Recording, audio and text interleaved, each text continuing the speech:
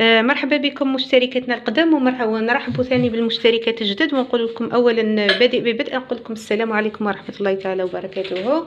وما تنساوناش طبعا لي جيم. اليوم راني راح ان شاء الله نعطيكم وصفه فعاله، وما تنساوش نتوما شاركوها مع اصدقائكم، لان الرسول صلى الله عليه وسلم واش قلنا من تعلم علما وكتمه لجم يوم القيامه بلجام من نار. ماذا بي انايا نعطيكم الوصفه وانتم تقسموها مع اصدقائكم، سهله ماهله. اولا واش نسحق حبه تاع لفت كيما راكم تشوفوا هكا، هذه اللي تجي عريضه هكا وسمينه، ونسحقوا هذا اللي نحفروا به، هاوليكم هذا نسحقوا بابي فيلم، ونسحقوا الاسيات هذه اللي راه فيها، ونسحق القليل من السكر، يعني انفيرون واحد الملعقه تاع السكر. هاي لكم اخواتي الحبه كيفاش ثقبتها، شوفوا كروزيتها بهذا كيما راكم تشوفوا. واش ندير فيها دوكا؟ ندير فيها ملعقه تاع سكر،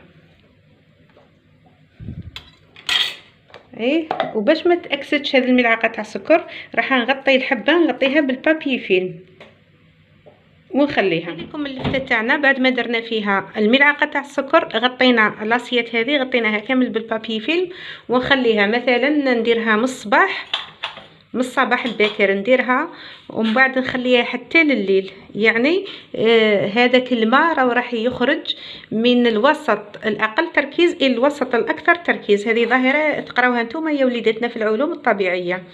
يعني هذاك السكر راح يجبد لي الماء كاع اللي في اللفته، وهذا اللفته من المميزات تاعها انها تجي حاره. بعد مرور مده زمنيه نحي لها البابي فيلم تاعها، واش نصيب فيها الماء هذاك اللي طلقاته. هذاك الماء اللي طلقاته راني رايحه نديرو في ملعقه، ونعطيكم انسيرو كشراب نعطيه للطفل يشربه اللي عنده السعله ان شاء الله، وربي هو الشافي. ماذا بينا نكثروا من هذا كيف يسموهم الوصفات الطبيعيه، ونبتعدوا على دوك لي زانتيبيوتيك والادويه الكيميائيه الى غير ذلك. ان شاء الله تجربوا هذه الوصفه وهي مجربه ونافعه باذن الله.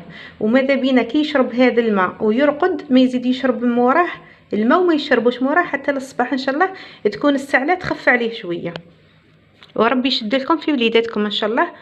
وما تنساوناش الجام والصلاه على محمد.